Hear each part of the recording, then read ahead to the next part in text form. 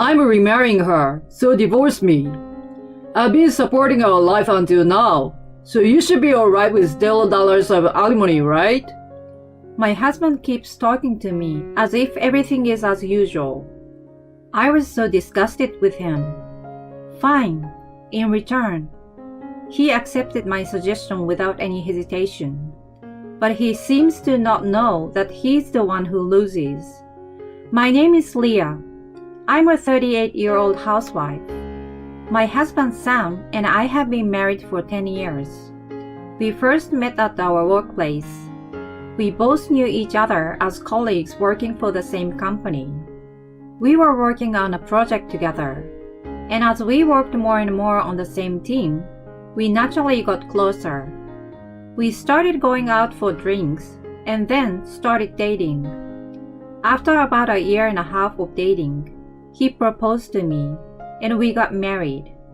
He told me that once we were married, he wanted me to be a stay-at-home wife. I loved my job, but I also wanted to experience being a housewife, so I decided to leave my job for good. At the wedding, many people, including friends and people at work, congratulated me and I was able to have a very happy ceremony. My newlywed life with my husband was very enjoyable, and I worked hard at housework every day to be a good wife. I bought cookbooks, cooked many dishes, and improved my skills. My husband seemed always to be happy and said how delicious my food tasted. And he worked very hard at his job. When we were both working, I was paid a little more than he was. But now he brings in the same amount of money as I did back then. So I decided to save money as a housewife. I looked up a lot of money-saving techniques on the internet and YouTube and referred to them. I got fixed costs as much as I could and kept food expenses at a reasonable level. Thanks to these efforts, I was able to save quite a lot of money every month. Well, my husband lightly lamented that he would like to have a little more pocket money, but I will let him off the hook for that, as it's a problem that every married businessman has to deal with. After that, I continued to work hard as a housewife, doing housework and saving money. I think a big part of the reason I was able to do so well was that my husband regularly praised me for my efforts. Thank you for always working so hard to take care of the household. I can focus on my work with peace of mind. He thanked me by saying that. When he said that to me, it made me happy and makes me want to work even harder. Even after a few years of marriage, I was still able to lead a peaceful and happy married life. Then, my husband suggested that we buy a house. The room we are living in now is not so inconvenient, but it is a little bit too small for two people. I think it's time to move into a new house. I agree with my husband. The reason we had been saving so much money was to make a big purchase like this. I had always wanted a home of my own too. We decided to buy a house and we immediately went to a real estate agent. And we looked at a lot of different properties.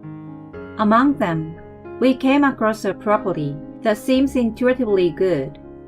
My husband wanted to buy a house with a large room of his own. And if the house is close to a train station, he said he would let me decide. That house already met my husband's requirements, so we decided immediately. We paid the down payment from the savings I had saved, and we took out the loan and moved right in. The life in the new house was comfortable and fresh. My husband and I were very happy, and I felt the same excitement as when we were newlyweds. When we first moved in, we had a lot of fun. We invited each other's friends and had home parties. We enjoyed our life in the new house. Of course, I have continued to save money since then, and I'm saving for the future. The monthly mortgage was just a little more than the rent we had been paying at our former house, so not much has changed in terms of what I do to save. Our lifestyle hasn't changed, but we could live in a comfortable and big house, so how could we not be happy? and so we had a harmonious married life. But there was one problem, that we still didn't have a baby. Neither my husband nor I were in any particular hurry to have children. We just waited for things to happen naturally, thinking that children are a gift from heaven. However, as expected, after about 5 years of marriage, I started to get impatient with the fact that we couldn't have children. We tried infertility treatment and fertility control, but it didn't seem to be working. So my husband and I took some tests. We found out that my husband was having difficulty having children. His sperm count was low. We were a little shocked. He apologized to me and said he was sorry. But that doesn't make me hate him. I don't have any regrets because we couldn't do it after all we did. From now on, let's have a happy life together as a couple. When I said that, my husband nodded his head and said thank you with tears in his eyes. From then on, we decided to live together as a couple. And now we were celebrating our 10th anniversary without any trouble. What should we do for our next wedding anniversary? Well, we could take a trip, go to a fancy restaurant, could do something a little extravagant. Or we could take the plunge and go on an overseas trip. We were having a good time talking about our anniversary like that. As a result, we decided to stay at the luxury hotel in the US. However, about a month before our anniversary, my husband apologetically told me that he had to go on a business trip and that he couldn't go on our anniversary trip. I see, but if it's a business trip, what can we do? I was sad, but our anniversary was on a weekday, so I couldn't force him to take a day off. My husband was promoted to section manager 5 years ago, and he's still working very hard. I hear his subordinates rely on him, so I can't force him to neglect his work. Even if we couldn't go on the day of our anniversary, I was hoping to go on a trip shortly. However, the booked hotel was so popular that it was already booked for this month. We had no choice but to make a reservation for the next month. At that time, I had no idea that it would later turn out like that. Then one day a little while later, my husband came home unusually drunk. He was so drunk that he immediately collapsed on the couch. He was saying something, but it didn't sound like a word. Anyway, I prepared him a glass of water, but he had already fallen asleep. It was Friday, so he must have been drinking with his subordinates. At that moment, his phone lit up and a message appeared on the screen. I had no intention of looking at it, but I saw a heart emoji in the message, so I couldn't help but I stared at it. There was a woman's name Mary in the message. The message was only partially visible, but the first sentence is, "I had a great time today," followed by a heart sign. What does this mean? Is my husband having an affair? My husband's phone is locked with a PIN code, so I can't open the message. I was all at once in a state of bewilderment, but I wanted to believe in what we had built together over the years, so I couldn't question my husband directly. Well, maybe I was a coward. Instead, I decided to ask a credit agency to investigate. The result of the investigation came out just as my husband was on a business trip. It was also the day of our 10th wedding anniversary. I didn't expect to be alone on this celebrating day. I never thought that I would be looking at the documents of my husband's infidelity investigation result. And when I saw the documents, I was astonished. My husband was having an affair, but it had already been a year. My husband had never shown any signs of such an affair, but he was having an affair with a woman I didn't know behind my back. He had betrayed me. This fact weighed heavily on me and shocked me. I had promised my husband that even if we could not have children, I would stay with him.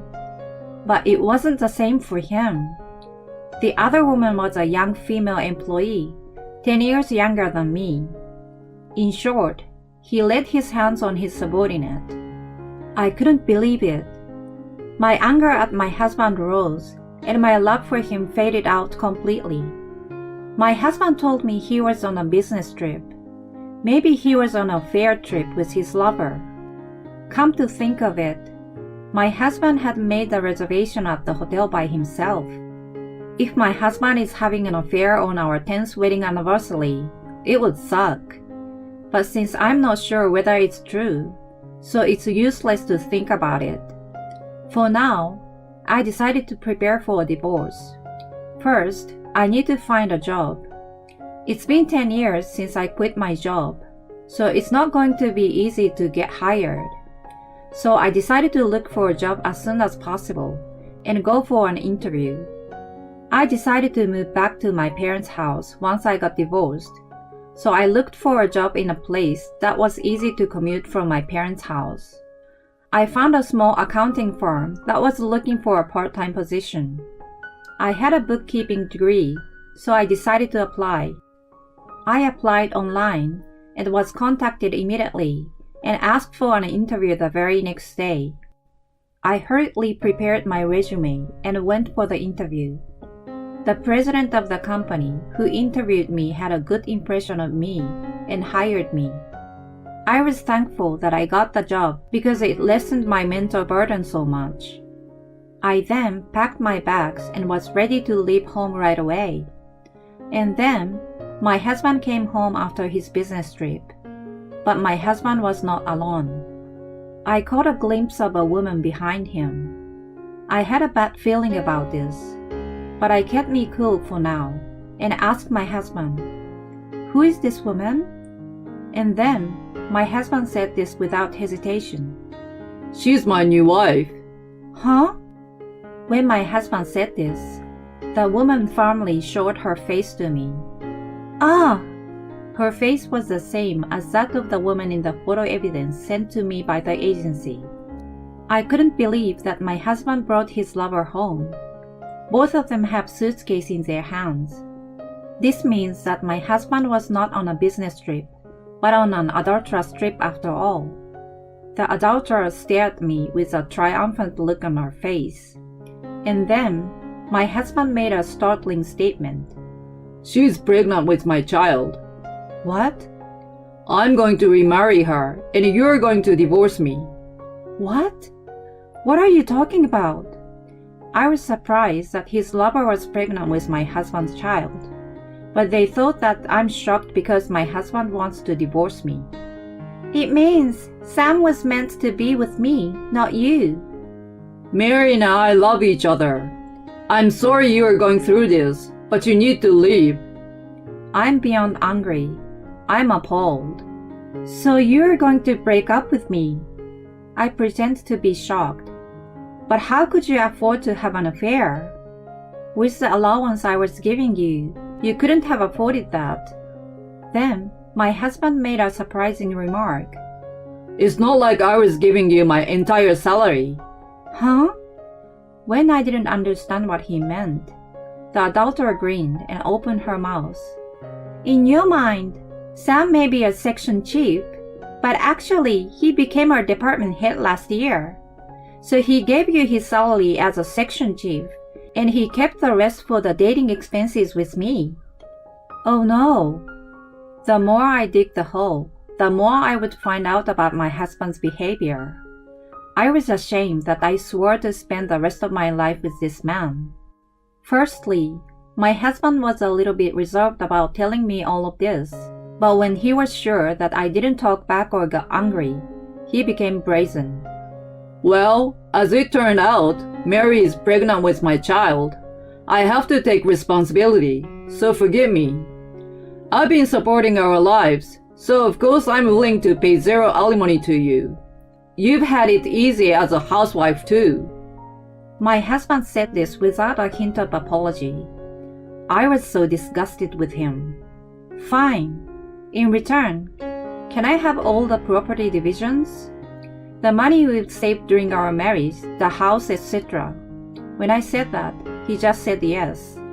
I don't think you could save that much with my salary as a section chief. And this house was not that expensive to begin with, so we can buy this much again soon. My husband readily accepted my request, but he still doesn't know which one of us will lose more from this divorce. I took the divorce papers he brought and signed them. Okay, I will file it myself. Okay, thank God you are so understanding. I'm glad you were able to get a divorce so easily. The adulterer said that and tangled herself in my husband's arms as if to show me. But I no longer felt any regret at the sight of such a thing, because I was certainly getting more out of the divorce than he was. My husband immediately packed up his belongings and left the house with the adulterer. After that, I filed for divorce and completed all the procedures for dividing the property and the name change of the house. I became a stranger to my husband. A month later, I received a phone call from my ex-husband out of the blue. Hey, what are you doing? What do you mean? You call me out of the blue and yell at me? You're kidding me. You told my company about my affair? I got a barrage of criticism from upper management and my co-workers, and I was demoted from my current position and got transferred to a regional department. Oops. But I didn't tell the company about it. The company you work for is also my former employer, and some of the employees are still good friends of mine. I'm sure it's because I talked to them about us. Oh no, you're a bad judge of character. Just because your life is miserable, you don't need to make mine miserable too. And why aren't you at that house? When I visited you earlier, I was surprised to see a stranger there. Yeah, because I sold the house. Sold? Why would you waste like that? You probably didn't know. I happened to have information that the land price in that area was going up. So I was able to sell it for a lot more than we paid for it. Eh? Really? And when you said earlier that my life would be miserable, you were wrong. I worked very hard to save money on the salary you were giving me. I was able to save close to 10 million even after we bought the house. 10 million? That's why I want more than getting alimony and doing the usual division of property. Oh no! Everything happened because you were having an affair. Also, don't you remember that you have a body that makes it difficult to have children? Is your lover really pregnant with your child? Oh. My ex-husband seems to have forgotten about it because we found out about it so long ago. Wait, Mary is meeting another man? I don't know, but why don't you look into it? Anyway, I don't want you to get involved with me anymore. If you ever show up in front of me again, I will call the police. With that, I hung up the phone and blocked my ex-husband's number. Later, I heard from my ex-coworker. The baby Sam's lover is pregnant with was in fact not his child. Sam got angry that he was deceived and broke up with his lover. But he lost a lot. He can no longer get promoted at the work. And we could have used the savings I did for us together, but he ruined it himself. Now he's working in a local department where he doesn't know anyone. On the other hand, I'm living at home with my parents for the first time in a long time. I'm working hard at the accounting firm. I'm going to invest a large amount of money I've earned this time to further increase my assets.